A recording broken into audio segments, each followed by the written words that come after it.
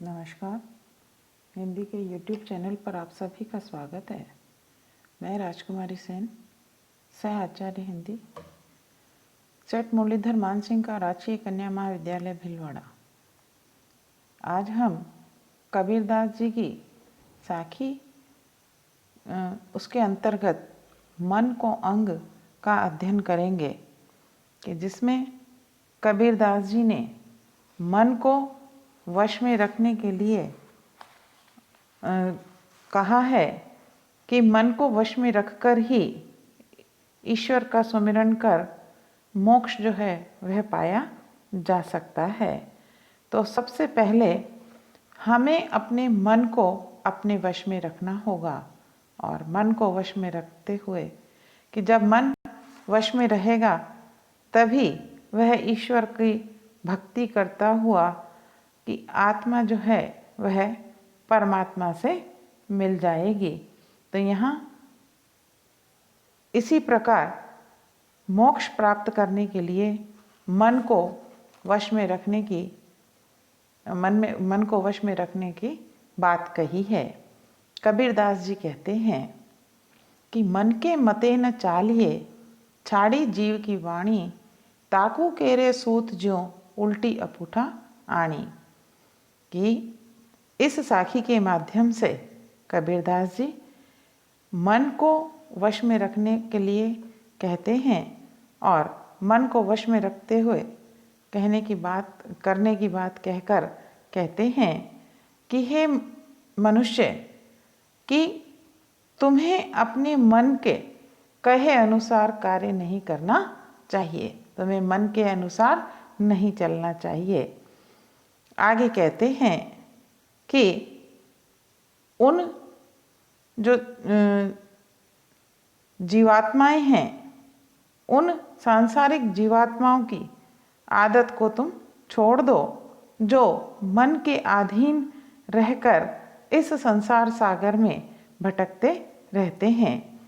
कहते हैं कि बल्कि तुम तो मन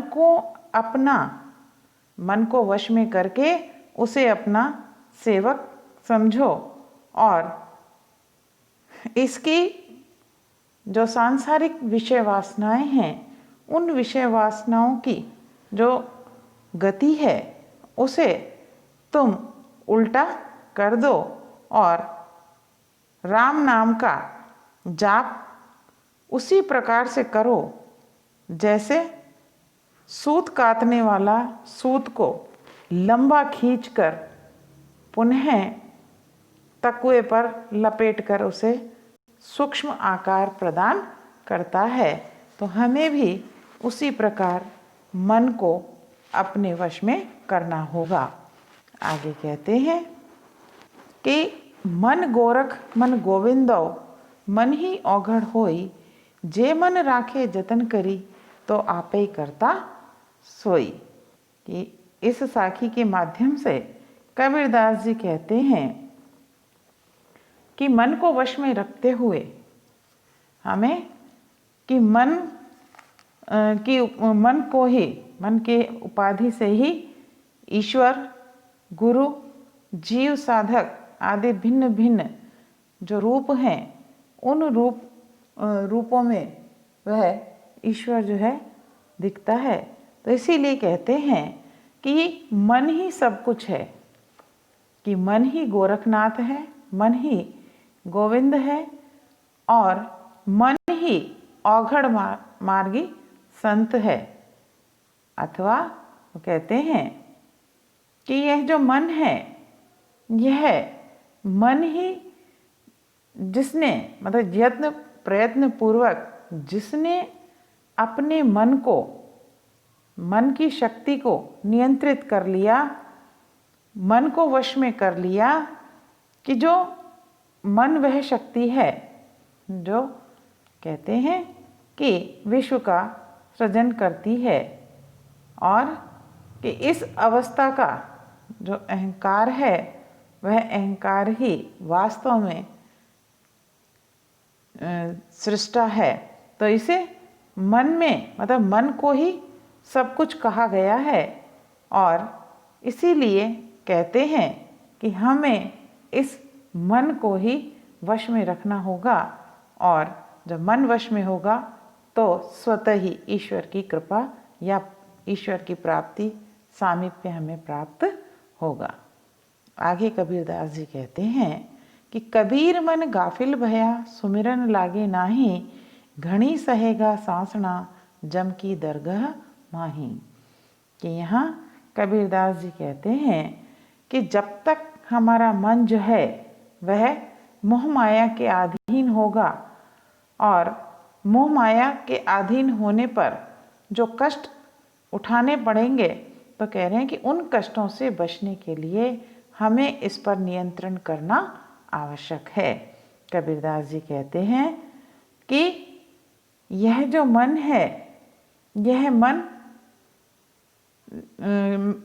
किसी भी प्रकार का, मतलब इस मन को, यह मन जो है अहंकार से गाफिल हो गया है, और इस कारण अब इसका मन जो है कि उसे कुछ भी याद नहीं रहता, और यह मन उसी प्रकार का हो गया है कि जब मन गाफिल होता है तो वह ईश्वर का स्मरण नहीं कर सकता। आगे कहते हैं कि जिसने इस संसार की रचना की है, कि वही इसे रचना की है, वह सर्वोपरि है, लेकिन मन जो है वह उसे भूल जाता है।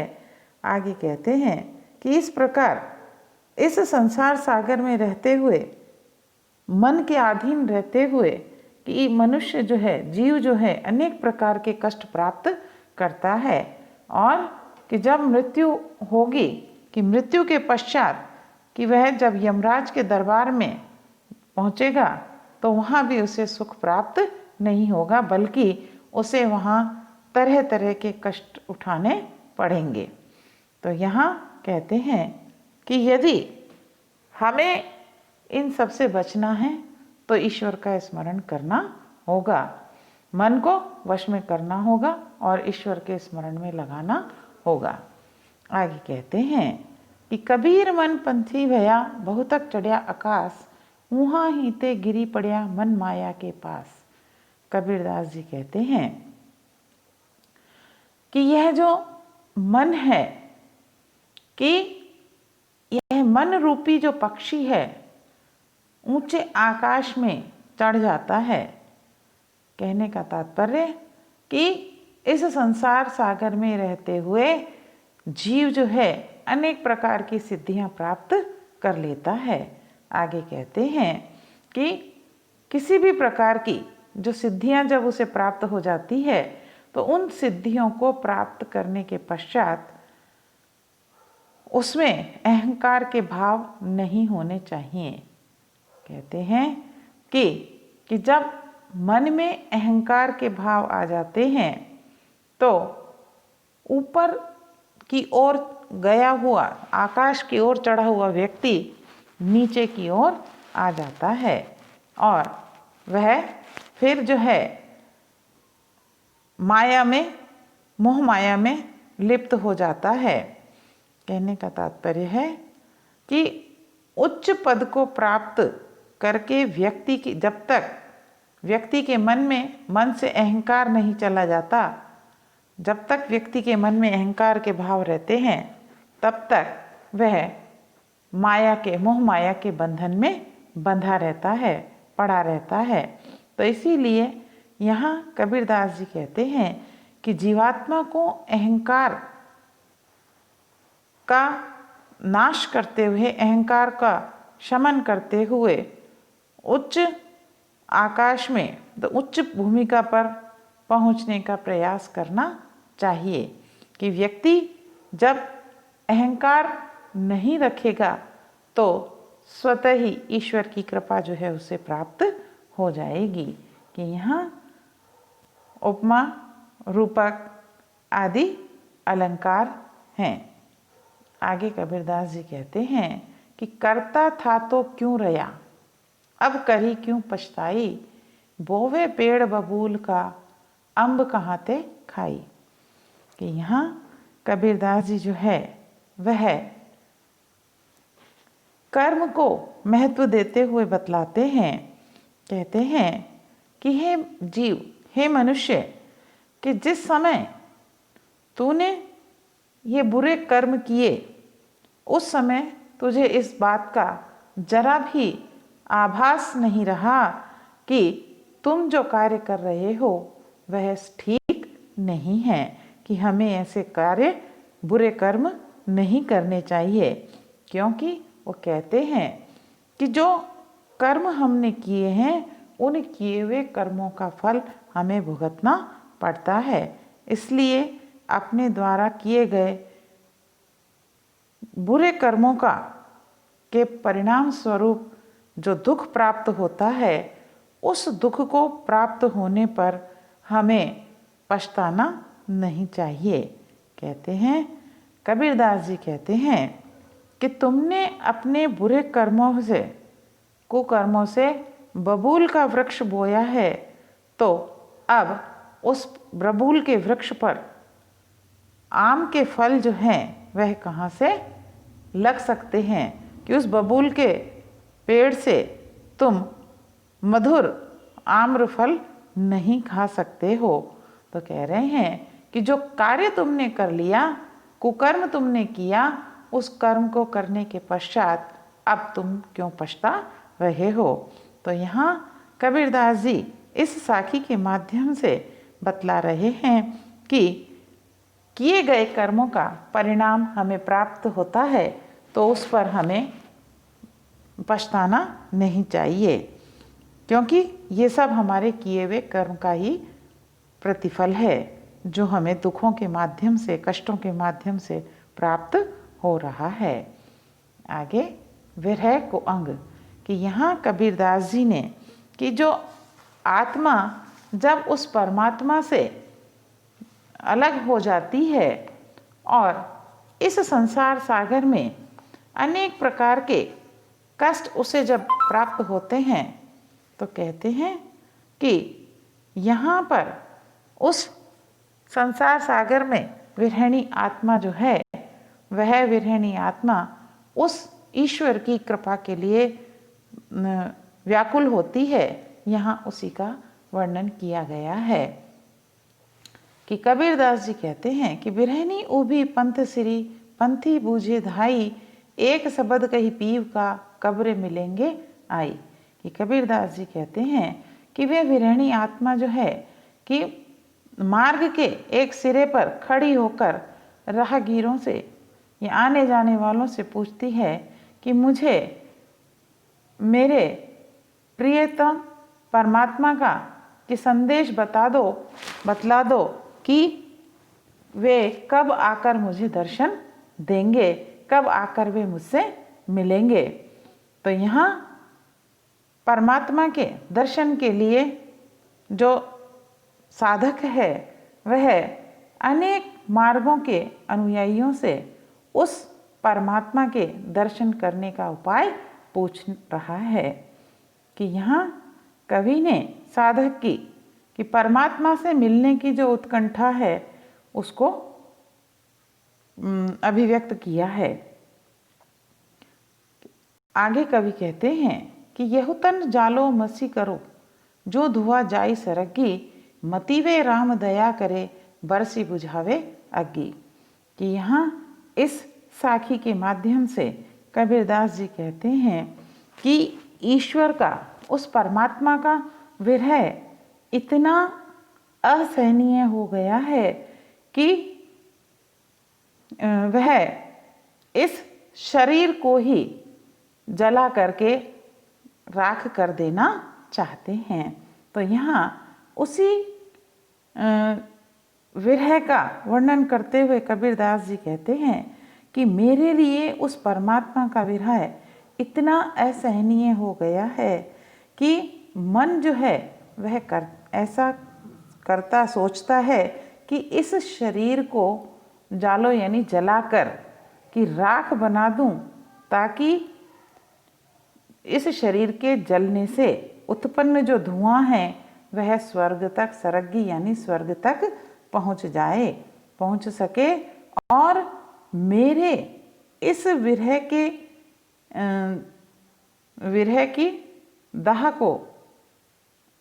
के आभास पाकर कि वह परमात्मा जो है वह कृपालु हो जाएं और विरह अग्नि को बुझाने के लिए वह प्रेम जल की वर्षा करें।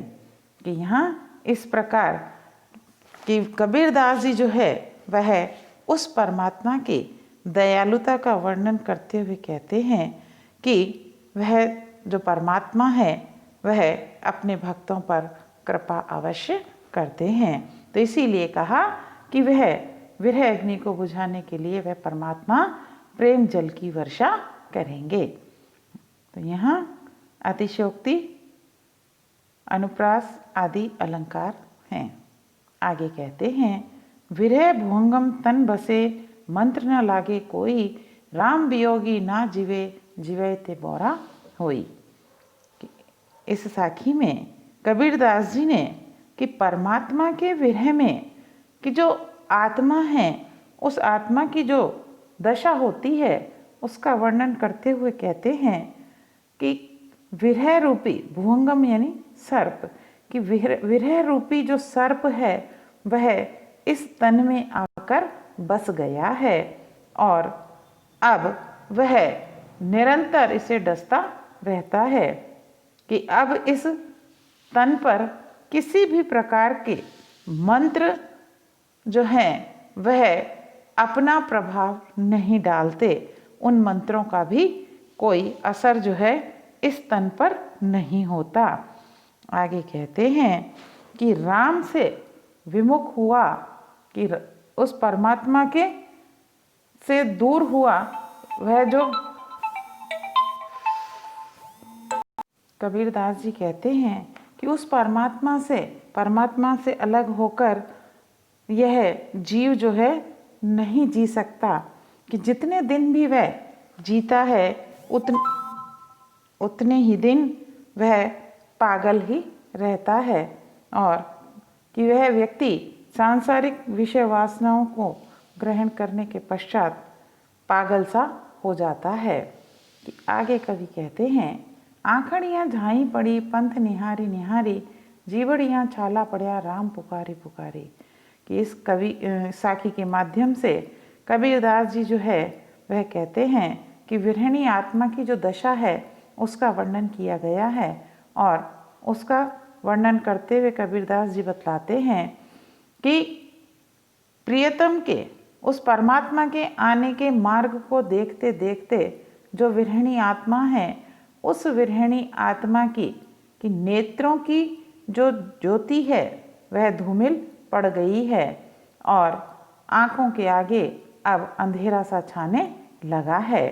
आगे कहते हैं कि और उस प्रियतम के नाम का जाप करते करते जीभ पर छाले पड़ गए हैं और कहते हैं कि मेरे ये दोनों जो अंग हैं यह उस परमात्मा को निहारते हुए उसकी राह देखते हुए और उसके नाम का उच्चारण करते हुए यह दोनों ही अंग अब मेरे धीरे धीरे मतलब पीड़ित होते जा रहे हैं, लेकिन अब तक मुझे उस परमात्मा की प्राप्ति नहीं हुई है, उस परमात्मा से मेरा मिलन नहीं हुआ है।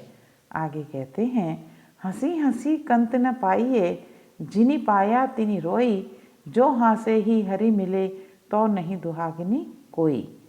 कि यहाँ कबीरदास जी कहते हैं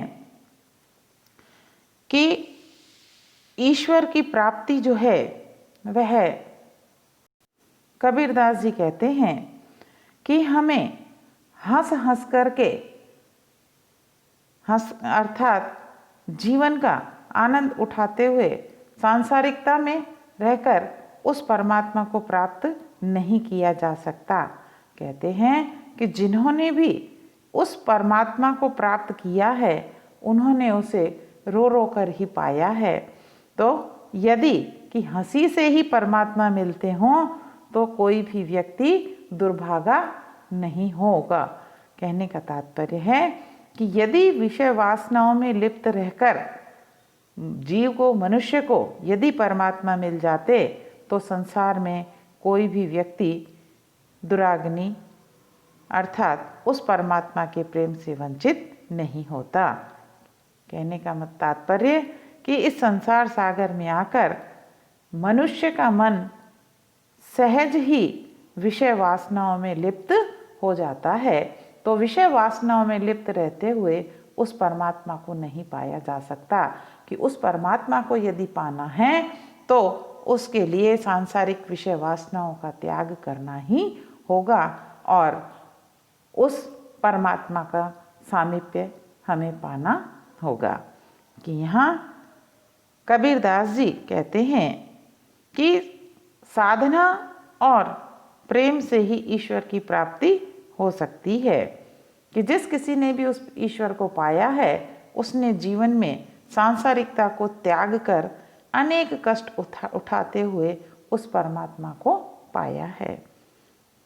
कि यहाँ अनुप्रास पुनरुक्ति प्रकाश अलंकार है कि हमने ये आपको कबीरदास जी की जो साखी है उसमें मन को अंग और विरह को अंग पढ़ाया है। कि यदि इसमें आपको किसी भी प्रकार की कोई समस्या है तो उसे आप लिखिए, कमेंट बॉक्स में लिखिए, हम उस समस्या का समाधान करेंगे। और पढ़ने के साथ साथ आप इस चैनल को लाइक और सब्सक्राइब अवश्य कीजिए।